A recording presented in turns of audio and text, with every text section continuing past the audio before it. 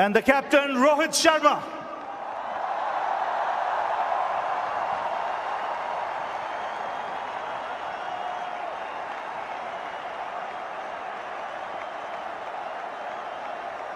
Well, I'd like to ask Rohit to come up, please. Well, Rohit, tough luck. You can hold your head high with the way you played, but on the given day, Australia were too good. Yeah, I mean, look, honestly, the result has not gone our way. Obviously, we know that we were not good enough today. But again, I think really proud of the team, how we played from game one. Just wasn't our day.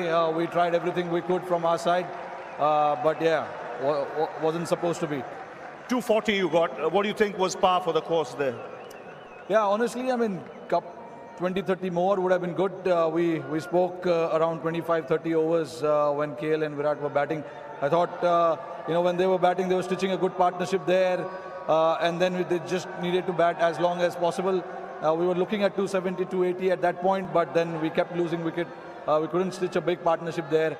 And that's exactly what Australia did to win the game. They stitched a big partnership after that 3 wickets. 47 for 3, you had Australia. What was going through your mind at that stage? No, look, obviously that was the plan.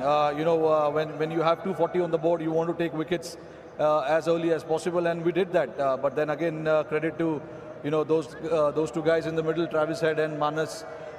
They stitched a big partnership and put us completely out of the game for us. But again, we tried everything we could. But I thought the wicket got slightly better to bat under the lights. I was coming to that. Thoughts on the pitch? It was slow first up, and then in the last 20 overs or so when Australia batted, came on nicely. Yeah, I mean, obviously we knew under the lights it would be slightly better, but again, don't want to give that as an excuse. We didn't bat well enough to put enough runs on the board. And then with the seamers up front, we got those 3 wickets where we thought, another wicket there, we can open up the game. But again, a credit to those 2 guys in the middle for stitching that big partnership. Well, you can hold your head high. Rohit, it's been an outstanding 1.5 months. You guys have played fantastic cricket, and some of your boys have been simply outstanding. Tough luck today. Thank you. Well, Rohit Sharma, captain of the Indian team. And I'd now like to ask the victorious Australian team to come up and receive their medals from Mr. Greg Barclay, the ICC chairman.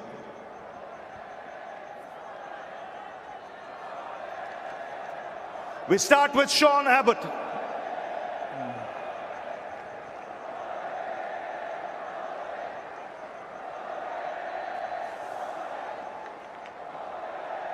Mr. Alex Carey.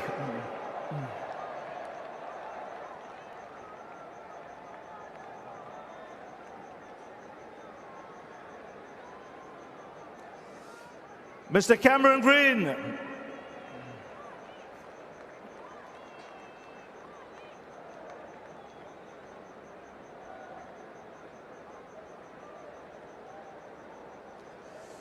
Joss Hazelwood.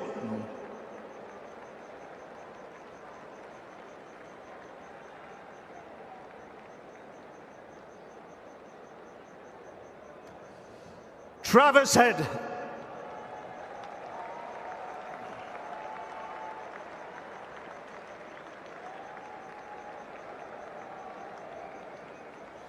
Josh Inglis.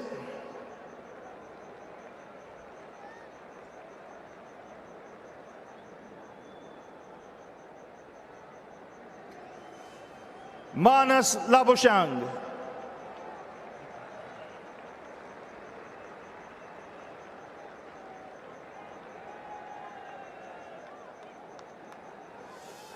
Mitchell Marsh.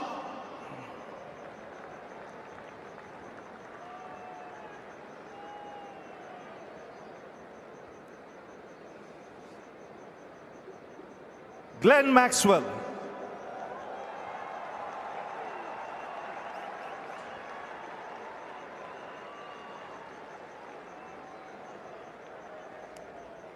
Steve Smith.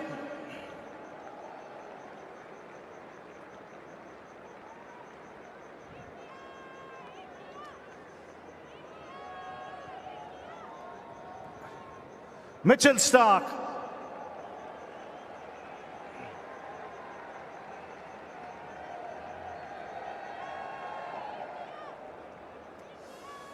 Marcus Stoinis.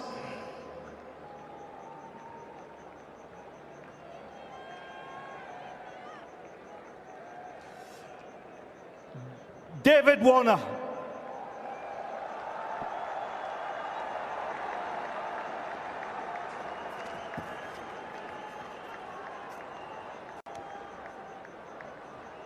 Adam Zampa.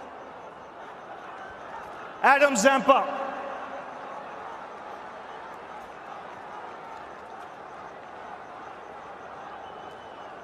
And the captain, Pat Cummins.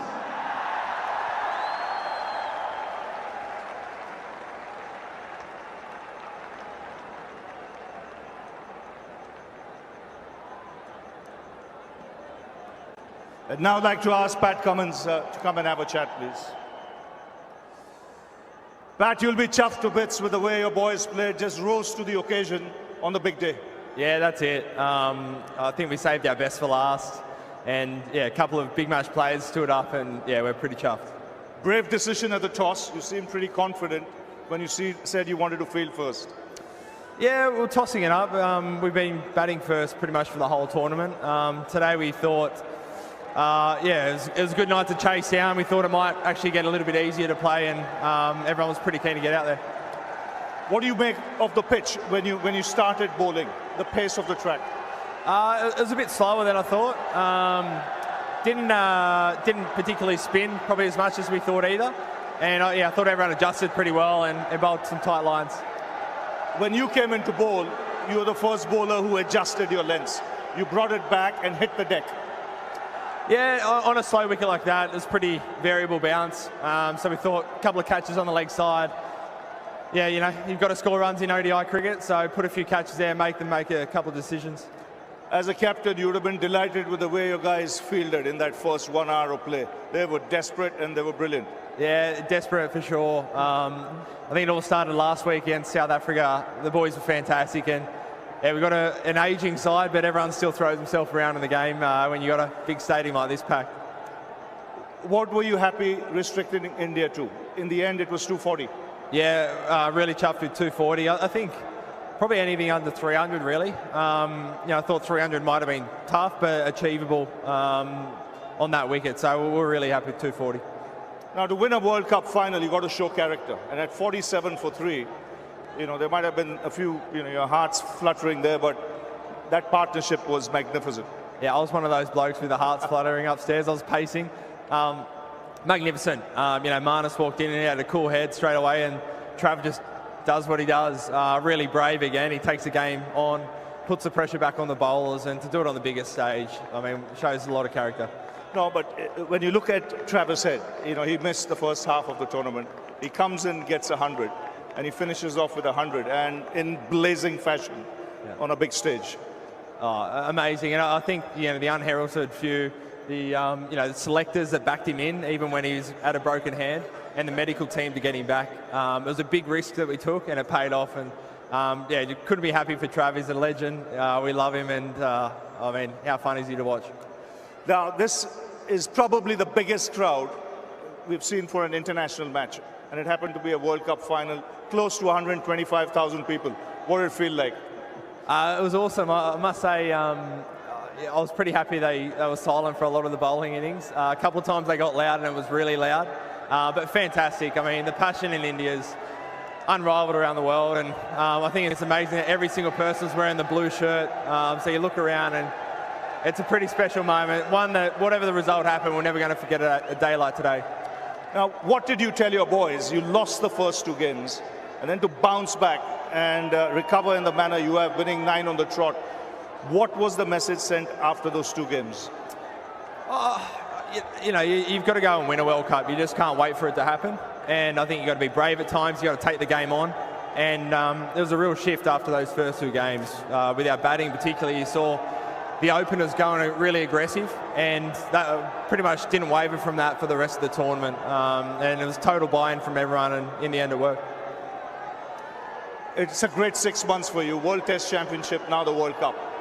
Oh yeah, crazy. I mean, yeah, this year will be a year we remember for a long, long time.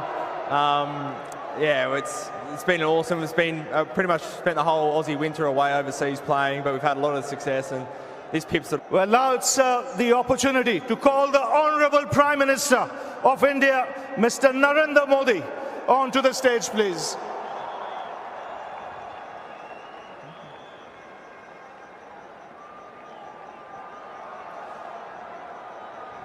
And we'll also invite Mr. Richard Marles, the Deputy Prime Minister of Australia.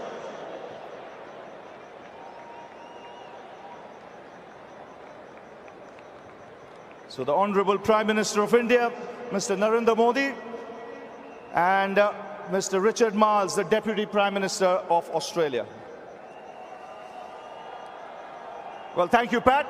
I'd now request you to go and collect the World Cup from the Honourable Prime Minister of India, Mr. Narendra Modi. And congratulations to Australia.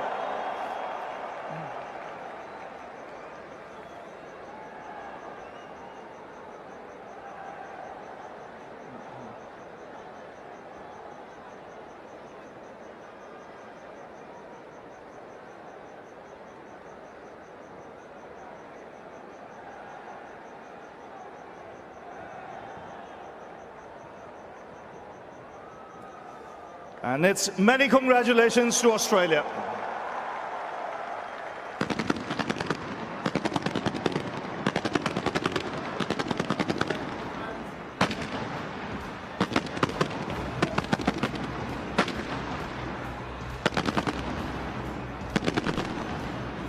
What a proud moment for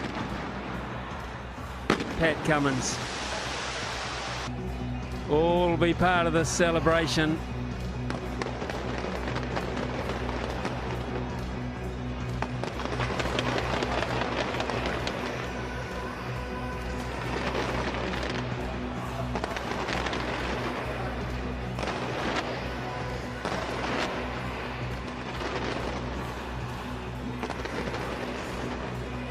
This is the moment.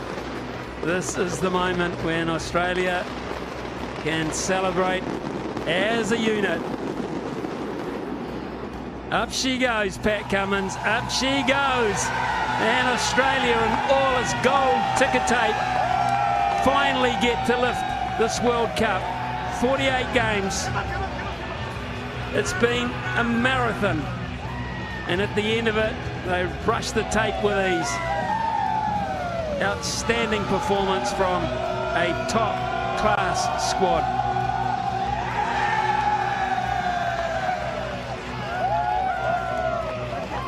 Something leads everyone to believe that this is just the very start of the party.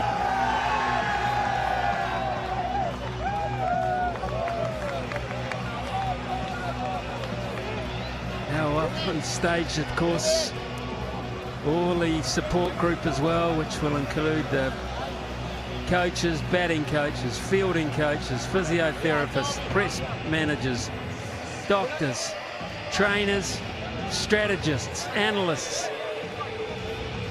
A veritable A380 full of squad. And they are all part of this amazing feeling that Australian teams have got to do on a regular basis when it comes to the Cricketing World Cup. Photo after photo will be beamed around the world. This coverage is still going to many, many countries. And the smiles won't be disappearing for quite some time, you imagine.